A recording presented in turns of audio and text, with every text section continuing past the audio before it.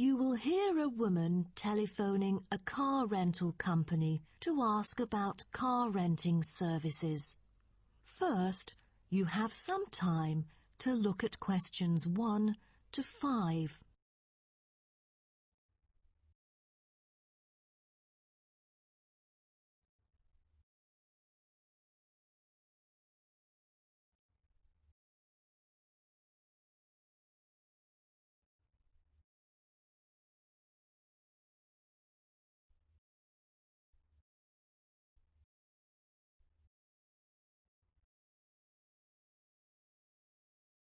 Now we shall begin.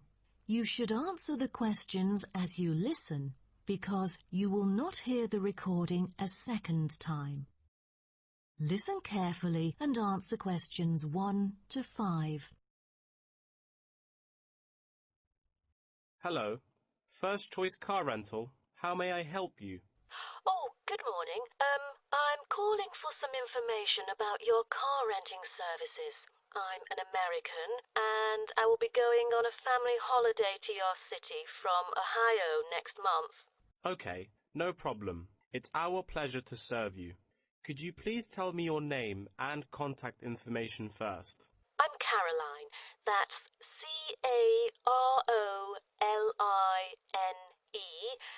And my telephone number is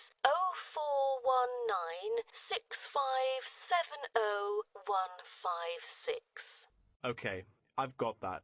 And how can I send you our quotation? If you are satisfied with our arrangement, is email all right, or should I send it by post?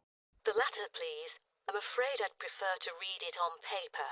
That's no problem. I'm considering renting a caravan for a week, but I don't really know the price range for it, since I haven't rented any car through that method before. I think it should be within my budget of $50.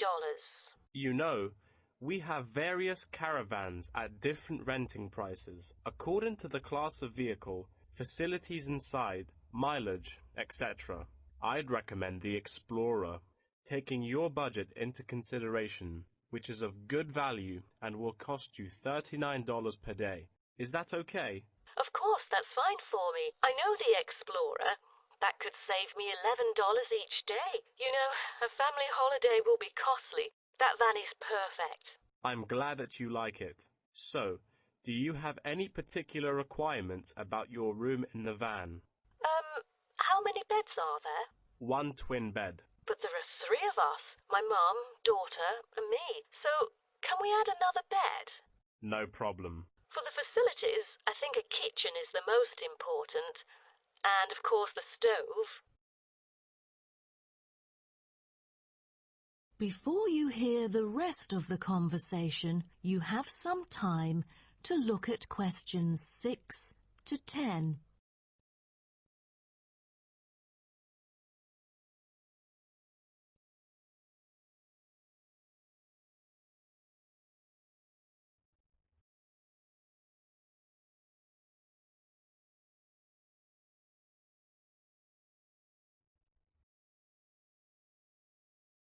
Now listen and answer questions 6 to 10.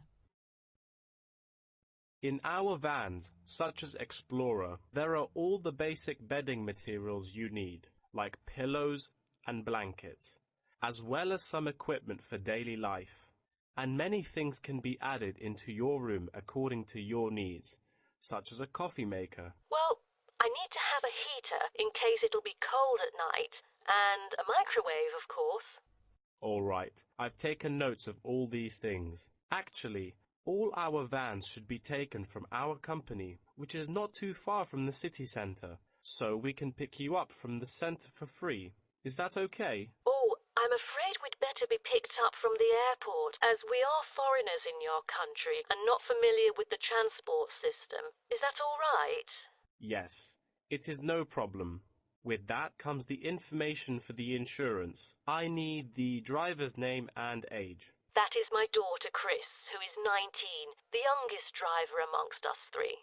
I'm sorry, but our company only accepts caravan drivers aged 25 or over, according to our regulations. So... Well, that would be me, Caroline, and I'm 49 years old. And where was your driving license issued? I mean the country. I've got a license in America, but I've also got one in Australia, which is still valid. Is it better for me to register the local one from your country? Yes, that might be better. So your registration number is... That is the end of part 1. You now have half a minute to check your answers.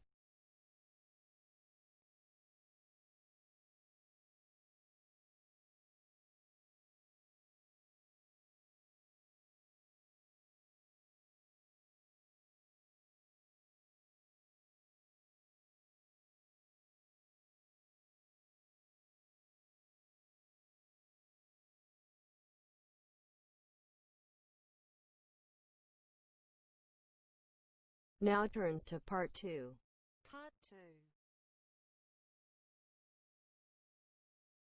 You'll hear a talk between a host and a professor called Alison Downing about cocoa beans. First, you have some time to look at questions 11 to 16.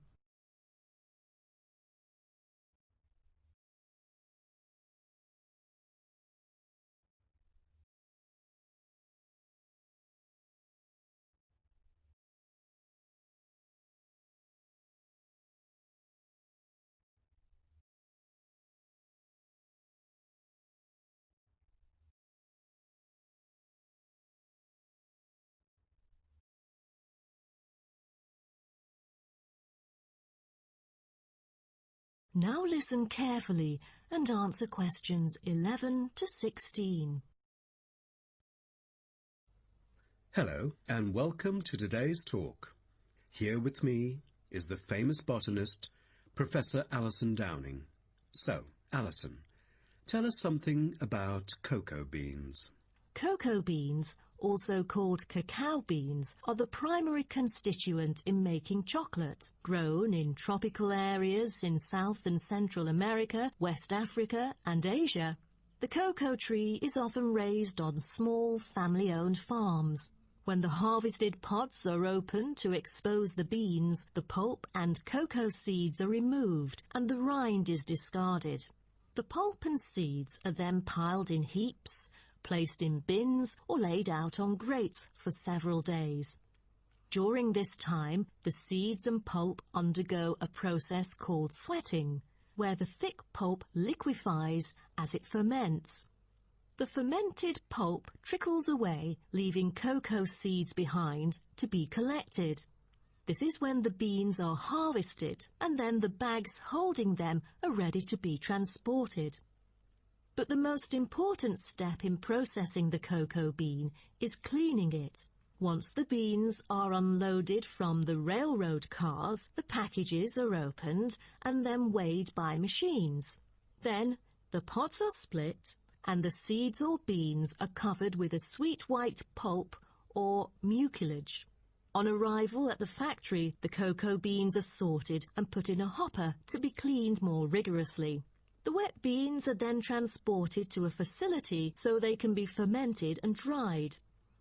They are fermented for 4 to 7 days and must be mixed every 2 days. They are dried for 5 to 14 days, depending on the climate conditions. The fermented beans are dried by spreading them out over a large surface and constantly raking them. Then the beans are ready to be roasted.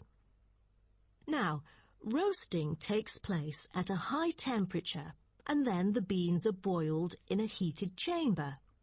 During the roasting process, the beans will be expanded and cracked. But prior to this, the beans are trodden and shuffled about using bare human feet.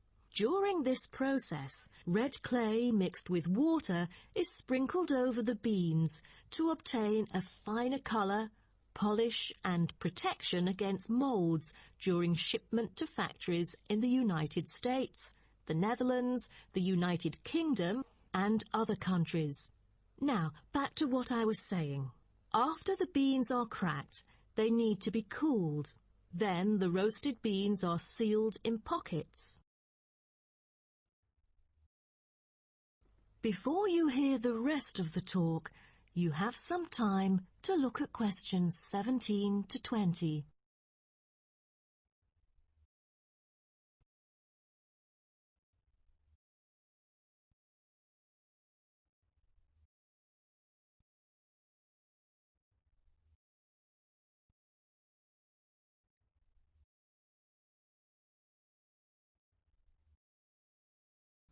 Now listen and answer questions 17 to 20. Wow, that is not a simple process, is it? But someone told me that different roasting levels of coffee can lead to different kinds of flavors.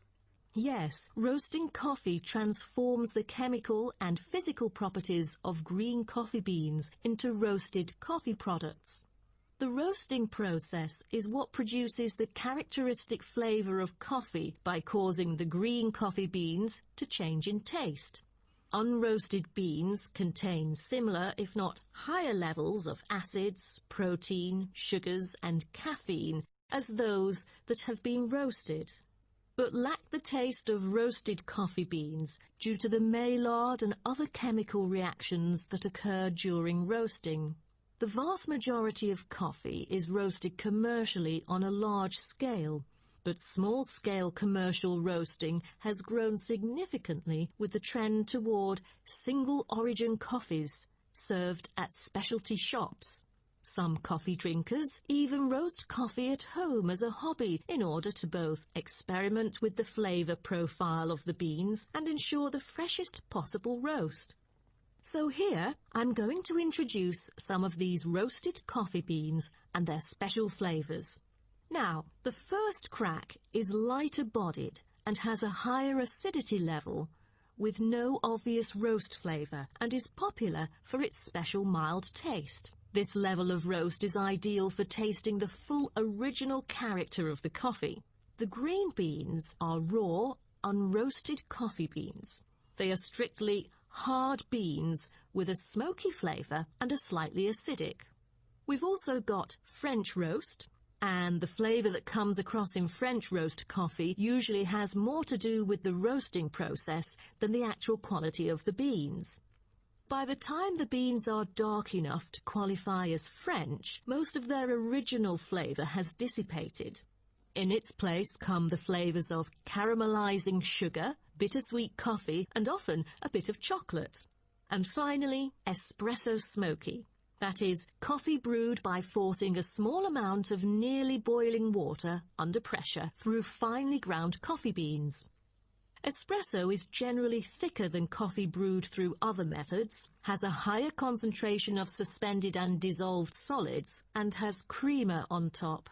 As a result of the pressurized brewing process, the flavors and chemicals in a typical cup of espresso are very concentrated. Espresso is also the base for other drinks, such as cafe latte, cappuccino, cafe macchiato, cafe mocha, flat white, or cafe americano.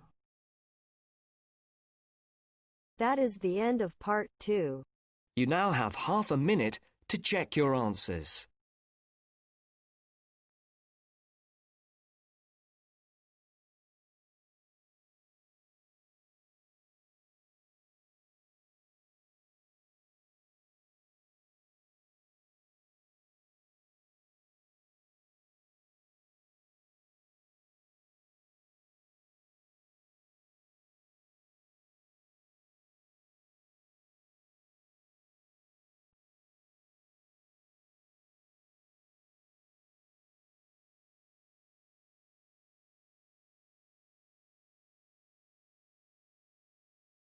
Now turns to part 3.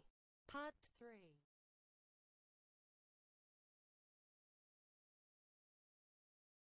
You will hear two students talking about the moa with the lecturer. First, you have some time to look at questions 21 to 26.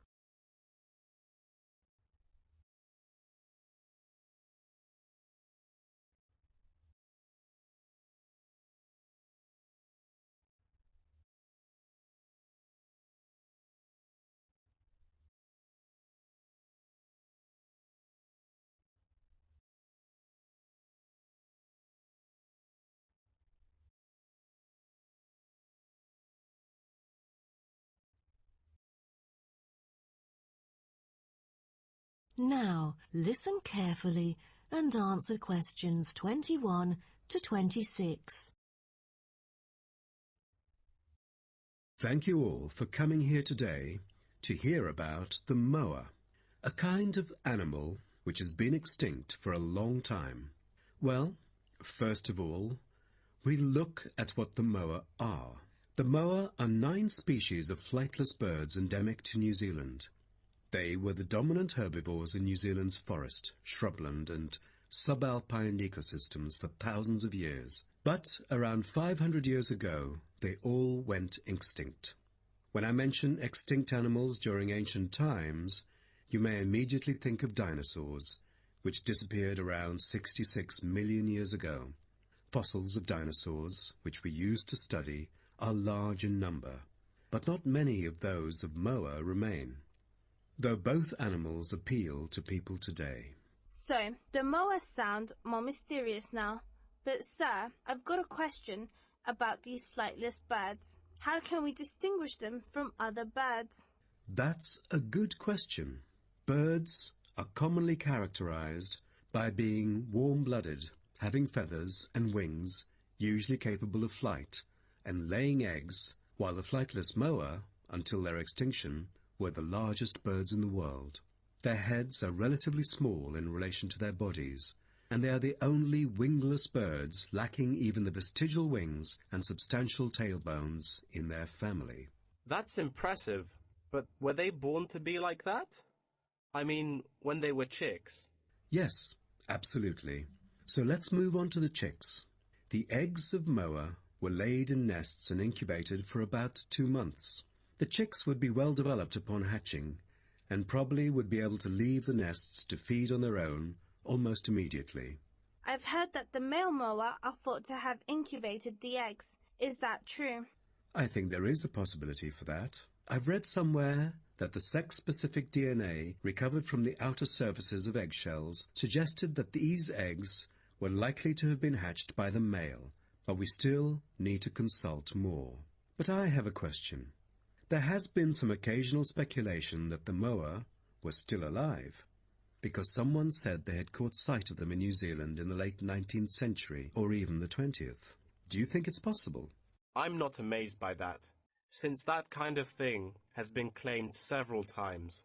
But I find it funny, because no reliable evidence of moa tracks has ever been found, and experts still contend that moa survival is extremely unlikely. So what was the reason for the moa's extinction? I wonder if it was global warming or some other factors related to their living environment. Well, before the arrival of human settlers in New Zealand, the moa's only predator was the massive Haas eagle.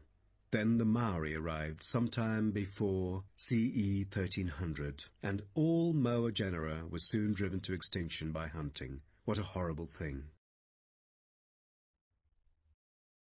Before you hear the rest of the talk, you have some time to look at questions 27 to 30.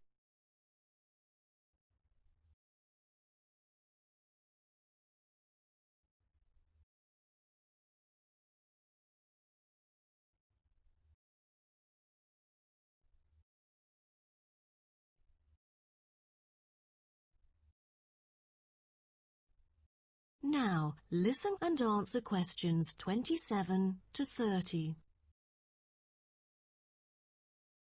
All right. Now let's look at the features of some species of moa. The South Island giant moa may have been the tallest birds ever known, and the second tallest of the 9 moa species is the North Island giant moa, with the females being markedly larger than males, both in weight and height. And I've heard that the smallest of the moa birds are the coastal moa. Is that right? Yes, you were right. And have you heard about any other kind of moa before? I know the crested moa. The eggs they laid may be larger than others. As they mainly lived in the remote interior of the southern island, their fossils are rare or absent in archaeological sites, and no egg remains have yet been identified. Are there any species of moa that have got more fossils? Yes, of course. A considerable amount of remains of the stout-legged moa exist. due to the well-preserved properties of their habitat. Their skulls reveal relatively bad vision, a good sense of smell, and a very short bill. Then there is the eastern moa. They were remarkable in having very long and narrow windpipes, which probably enabled them to make louder, more resonant calls than those of other moa, and had the greatest vocal abilities, so they could communicate when they could not see each other in the forest or at night.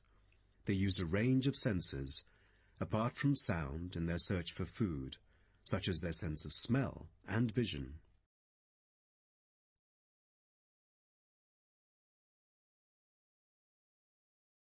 That is the end of part 3. You now have half a minute to check your answers.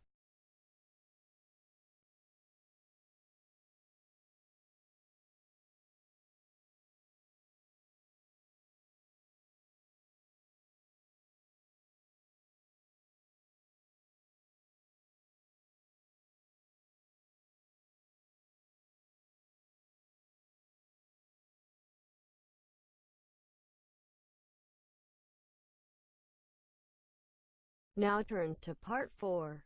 Part 4. You will hear part of a lecture about time measurement. First, you have some time to look at questions 31 to 40.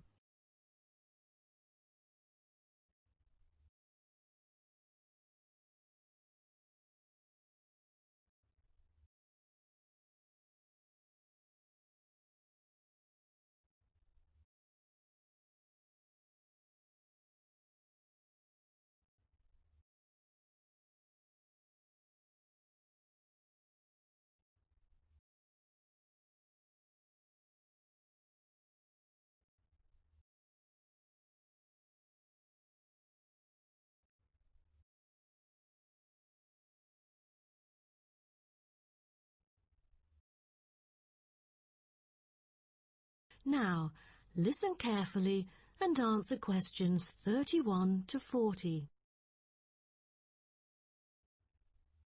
Good morning, everyone. Today, I'm going to talk about the research project I've been involved in on time measurement. Do you know how time is measured? Consider how we measure length and how, with time, we encounter a difficulty. Before we could grasp it, it would slip through our fingers. In fact, as we can see, we are forced to have the resource to measure something else, the movement of something in space, or a set of movements in space. All the methods that have been employed so far really measure time by a motion in space. The measurement of time is no easy matter, a scientific unit only arrived at after much thought and reflection. As the most primitive form of measurement, the sun seems to be natural. Ever since man first noticed the regular movements of the sun and stars, we have wondered about the passage of time. Prehistoric people first recorded time according to the sun's position. To start off, let us take noon, which is when the sun is on the meridian at the highest point of its course across the heavens, and when it casts the shortest shadow. But this measurement, which was regarded as a major one in ancient times, was less important than the natural events that occurred. The earliest natural events that had been recognized were in the heavens, but during the course of the year there were many other events that indicated significant changes in the environment. Seasonal winds and rains, the flooding of rivers, the flowering of trees and plants, and the breeding cycles or migration of animals all led to natural divisions of the year, and the further observation and local customs led to the recognition of the seasons. Years later, precise measurements were invented because the passage of time was extremely important for astronomers and priests who were responsible for determining the exact hour for daily rituals and for important religious festivals. Apart from the connection with religion, accurate time measurement was also related to the government, since they divided the day or the night into different periods in order to regulate work and various events. For thousands of years, devices had been used to measure and keep track of time. The current sexagesimal system of time measurement dates back to approximately 2000 BCE from the Sumerians.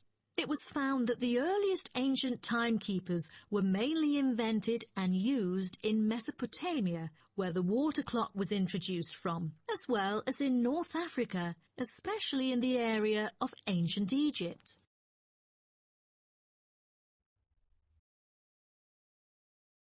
So, now I'd like to introduce you to some of the most well-known ancient timekeepers, as well as the disadvantages of them, for which they were replaced by various new forks that were used afterwards. A sundial is a device that tells the time of day by the apparent positioning of the sun in the sky. In the narrowest sense of the word, it consists of a flat plate and a gnomon which casts a shadow onto the dial. As the sun appears to move across the sky, the shadow aligns with different hour lines which are marked on the dial to indicate the time of day. However, it was quickly noted that the length of the day varied at different times of the year. Therefore, there could have been a difference between clock time and sundial time. In addition, the sundial was of no use at night, so a water clock was invented. The water clock, or clepsydra, appeared to have been invented around 1500 BCE and was a device which relied on the steady flow of water from or into a container. Measurements could be marked on the container or on a receptacle for the water. It was reliable, but the water flow still depended on the variation of pressure and temperature from the top of water in the container. As the technology of glass blowing developed, from some time in the 14th century, it became possible to make sand glasses. Originally, they were used as a measurement for periods of time like lamps or candles, but as clocks became more accurate, they were calibrated to measure specific periods of time. The drawback, however, as you can imagine, was the limited length of time they could measure. The last timekeeper to be introduced is the fire candle clock. Candle clocks took advantage of a simple concept, the slow and consistent nature of a burning wax candle. By utilizing this process, our ancestors were able to keep steady track of the time. The clocks were created by engraving the length of the candle with evenly spaced markings. Each marking represented a single unit of time, and as the wax burned down, each hour would disappear. However, the drafts and the variable quality of the wax mainly influenced the time of burning. Like oil lamps, candles were used to mark the passage of time from one event to another rather than tell the time of day. That is the end of part 4. You now have half a minute to check your answers.